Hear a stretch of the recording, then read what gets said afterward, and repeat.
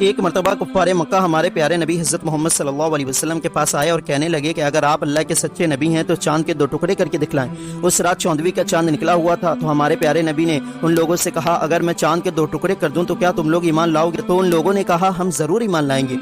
آپ یہ معجزہ دکھلائے تو صحیح۔ تو ہمارے نبی حضرت محمد صلی اللہ علیہ وسلم نے اللہ سے دعا کی اور چاند کی طرف اپنی مبارک انگلی سے اشارہ کیا تو چاند کے 2 ٹکڑے ہو گئے، ایک ٹکڑا مغرب کی طرف چلا گیا اور دوسرا ٹکڑا مشرق کی طرف چلا گیا، اور جتنا ٹائم عصر سے مغرب کے درمیان ہوتا ہے اتنی ہی دیر تک یعنی 1 سے 2 گھنٹے تک چاند اسی طرح رہا، پھر آپس میں مل گئے۔ یہ دیکھ کر لوگ حیران رہ گئے مگر ایمان نہیں لائے اور کہنے لگے اگر سچ میں چاند کے 2 ٹکڑے ہوئے ہیں تو دور کے علاقوں میں رہنے والے لوگوں کو بھی نظر آیا ہوگا، تو جب باہر کے لوگ آئیں گے تو ہم ان سے پوچھنے کے بعد ہی ایمان لائیں گے۔ کچھ دنوں کے بعد باہر سے آنے والے لوگوں کا سلسلہ شروع ہو گیا اور جس سے بھی پوچھا گیا کہ کیا فلاں دن تم نے چاند کے 2 ٹکڑے ہوتے ہوئے اور جڑتے ہوئے دیکھا، تو سب نے یہی کہا ہاں ہم نے دیکھا، مگر پھر بھی وہ لوگ ایمان نہیں لائے کیونکہ ان کی قسمت میں ایمان نہیں تھا۔